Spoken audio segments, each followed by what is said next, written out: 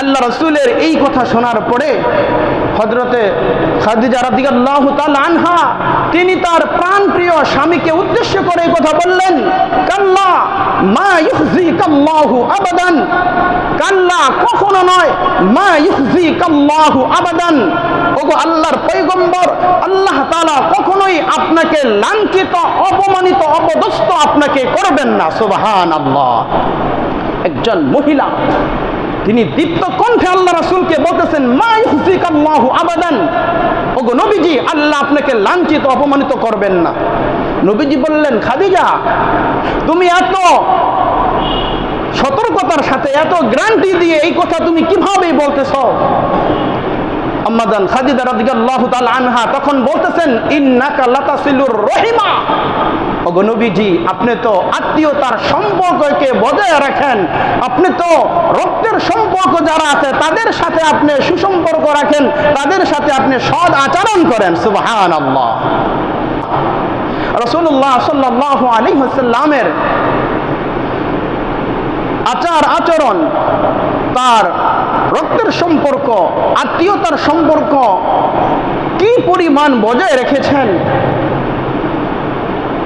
যেটা যার বর্ণনা বলে শেষ করা যাবে না। কিঞ্চিত পরিমাণ শুধু আলোচনা করতেছি।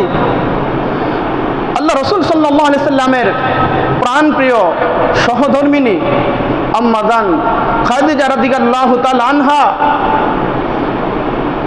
রাসূলুল্লাহ সাল্লাল্লাহু আলাইহি ওয়াসাল্লামকে যেই বাণী তিনি শুনিয়েছিলেন, সর্বপ্রথম আল্লাহ রাসূলের উপরে 40 বছর বয়সে যখন তিনি নবুয়ত প্রাপ্তি হন, নবুয়তের প্রথম দিন নবুয়ত প্রাপ্তির পরে আল্লাহ রাসূল সাল্লাল্লাহু আলাইহি ওয়াসাল্লাম বড় ভীত সন্ত্রস্ত হয়ে গিয়েছিলেন। আল্লাহ রাসূলের জ্বর এসে পড়েছিল, তিনি বড় চিন্তাগ্রস্ত ছিলেন। বাসায় এসে তিনি বললেন, জাম্মিলুনি জাম্মিলুনি, আমাকে তোমরা আবৃত করো, আমাকে তোমরা আবৃত করো। ও খাদিজা, আমার তো আশঙ্কা হচ্ছে, না জানি আমার কি অবস্থা হবে। আল্লাহ রাসূলের এই কথা শোনার পরে হযরতে খাদিজা রাদিয়াল্লাহু তাআলা আনহা তিনি তার প্রাণপ্রিয় স্বামীকে উদ্দেশ্য করে এই কথা বললেন, কাল্লা মা ইউখজিকাল্লাহু আবাদান, কাল্লা কখনো নয়, মা ইউখজিকাল্লাহু আবাদান। ওগো আল্লাহর পয়গম্বর, আল্লাহ তাআলা কখনোই আপনাকে লাঞ্ছিত, অপমানিত, অপদস্থ আপনাকে করবেন না। সুবহানাল্লাহ। একজন মহিলা তিনি দীপ্ত কণ্ঠে আল্লাহ রাসূলকে বলতেছেন, মা ইউখজিকাল্লাহু আবাদান, ওগো নবীজি আল্লাহ আপনাকে লাঞ্ছিত, অপমানিত করবেন না।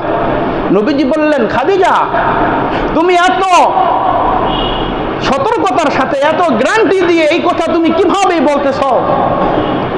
আম্মা জান খাদিজা রাদিয়াল্লাহু তাআলা আনহা তখন বলতেছেন, ইন্নাকা লাতাসিলুর রহিমা, ওগো নবীজি আপনি তো আত্মীয়তার সম্পর্ককে বজায় রাখেন, আপনি তো রক্তের সম্পর্ক যারা আছে তাদের সাথে আপনি সুসম্পর্ক রাখেন, তাদের সাথে আপনি সৎ আচরণ করেন। সুবহানাল্লাহ। আত্মীয়তার সম্পর্ক, রক্তের সম্পর্ক ঠিক রাখবে। আল্লাহ রাসূলের বাণী হলো, ইন্নাকা লাতাসিলুর রহিমা, ওগো নবীজি আপনি তো আত্মীয়তার সম্পর্ক বজায় রাখেন, আল্লাহ আপনাকে লাঞ্ছিত, অপমানিত, অপদস্থ আপনাকে করবেন না। তাহমিলুল কাল্লা, আপনি অভাবগ্রস্তদের বোঝা আপনি বহন করেন। তাহমিলুল কাল্লা, আপনি বহন করেন যারা সমাজের মধ্যে, যারা গ্রামের মধ্যে, যারা অসহায় গরিব, বলে এই অভাবগ্রস্ত লোকদের বোঝা, তাদের দায়ী দায়িত্ব আপনি বিশ্বনবী নিজের কাঁধে আপনি বহন করে নিয়েছেন। ওয়াতাকসিবুল মা'দুমা, এলাকার মধ্যে যারা নিঃস্ব, মিসকিন, একবারেই নিঃস্ব, যাদের কোনো কিছু নেই, বলে এই সকল লোকদের সেবা যত্ন, সমাজের সেবামূলক কাজগুলো আপনি করে থাকেন এবং তাদের আয় উপার্জন তাদের জন্য আপনি করে থাকেন। ওয়াতুঈনু আলা নাওয়াইবিল হাক্কি, এবং হকের পথে সত্যের পথে যে সকল বিপদগ্রস্ত অভাবী লোক রয়েছে, বলে হকের পথে এই বিপদগ্রস্ত লোকদেরকে আপনি সাহায্য সহযোগিতা করে থাকেন। সুবহানাল্লাহ। নবীদের উপর সর্বপ্রথম যখন ওহী নাজিল হয়, ওহী নাজিল হওয়ার পরে এখানে আল্লাহ রাসূল সাল্লাল্লাহু আলাইহি ওয়াসাল্লামকে আম্মা জান খাদিজা উদ্দেশ্য করে প্রথম বলতেছেন, ওগো নবীজি, আপনি তো আত্মীয়তার সম্পর্ক বজায় রাখেন। দ্বিতীয় নাম্বার হলো আপনি অসহায় গরিবদের বোঝা আপনি বহন করেন। তৃতীয় নাম্বার, একেবারে নিঃস্ব যারা মিসকিন তাদের সেবা যত্ন এবং তাদের জীবিকা উপার্জনের একটা ব্যবস্থা আপনি করে দেন। আর হকের পথে যেই সকল বিপদগ্রস্ত ব্যক্তি রয়েছে তাদেরকে আপনি সাহায্য সহযোগিতা করেন।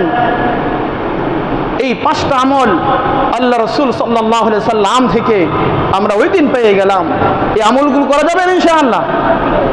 এই আমল থেকে, এই হাদিস থেকে আমাদের যে বিষয়টা মূল উদ্দেশ্য সেটা হলো একটা বিষয়, আম্মা জান খাদিজা এই কথাটাই নবীকে বুঝাইতে চাইছেন, ওগো নবীজি, আপনার রক্তের সম্পর্ক, আপনার আত্মীয়তার সম্পর্ক বজায় রাখার কারণে আল্লাহ তাআলা আপনার মতো ব্যক্তিকে আল্লাহ তাআলা লাঞ্ছিত, অপমানিত, অপদস্থ আল্লাহ তাআলা আপনাকে করবেন না। কত কঠিন! এইগুলো আম্মা জান খাদিজা রাদিয়াল্লাহু তাআলা আনহার হাদিসের বর্ণনা। এবার আসেন আম্মা জান আয়েশা রাদিয়াল্লাহু তাআলা আনহা, তিনি একটু শক্তভাবে একটি হাদিস বর্ণনা করেছেন, একটু কঠিনভাবে হাদিস বর্ণনা করেছেন। আম্মা জান আয়েশা রাদিয়াল্লাহু তাআলা আনহা তিনি হাদিস বর্ণনা করতেছেন, আর রিহমু মুআল্লাকাতুন বিল আরশি, রক্তের সম্পর্ক এটা আরশে আযীমের মধ্যে আল্লাহর আরশকে এভাবে আঁকড়ে ধরেছে। আর রিহমু মুআল্লাকাতুন বিল আরশি, রক্তের সম্পর্ক আল্লাহর আরশকে এভাবে কঠিনভাবে শক্ত করে ধরে রাখছে। ধরে কি বলতেছে জানেন? তাকুলু, তারা বলতেছে, মান ওয়াসালানি ওয়াসালাহুল্লাহ, মান ওয়াসালানি ওয়াসালাহুল্লাহ, যেই ব্যক্তি রক্তের সম্পর্ক আমার সাথে বজায় রাখবে আল্লাহ তাআলা তার সাথে সম্পর্ক বজায় রাখবে। সুবহানাল্লাহ। ওয়ামান কাতাআনি কাতাআহুল্লাহ, আর যেই ব্যক্তি আমার সাথে রক্তের সম্পর্ক ছিন্ন করবে, যেই ব্যক্তি আমার সাথে আত্মীয়তার সম্পর্ক ছিন্ন করবে, আমার রব ওই ব্যক্তির সাথে সম্পর্ক ছিন্ন করবে। তাহলে আত্মীয়দের সাথে রক্তের সম্পর্ক যাদের সাথে রয়েছে তাদের সাথে সুসম্পর্ক রাখতে হবে। তাদের সাথে যদি সুসম্পর্ক রাখি তাহলে আল্লাহ বলছেন যে আমি তোমার সাথে সুসম্পর্ক বজায় রাখবো। আর রক্তের সম্পর্কের সাথে আত্মীয়তার সম্পর্কের সাথে যদি তোমরা সম্পর্ক যদি ছিন্ন করো, আমার মহান রবের ঘোষণা হইল আমিও তোমার সাথে সম্পর্ক ছিন্ন করে দেব।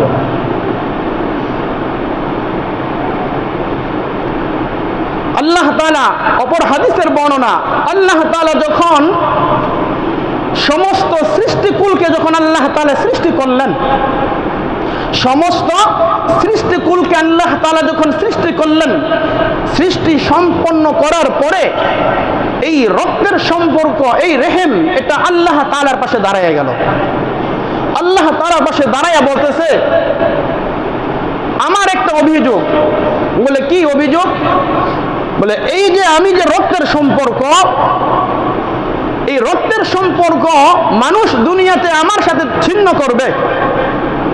আমি যে আত্মীয়তার সম্পর্ক, এই আত্মীয়তার সম্পর্ক দুনিয়ার মানুষ আমার সাথে ছিন্ন করবে।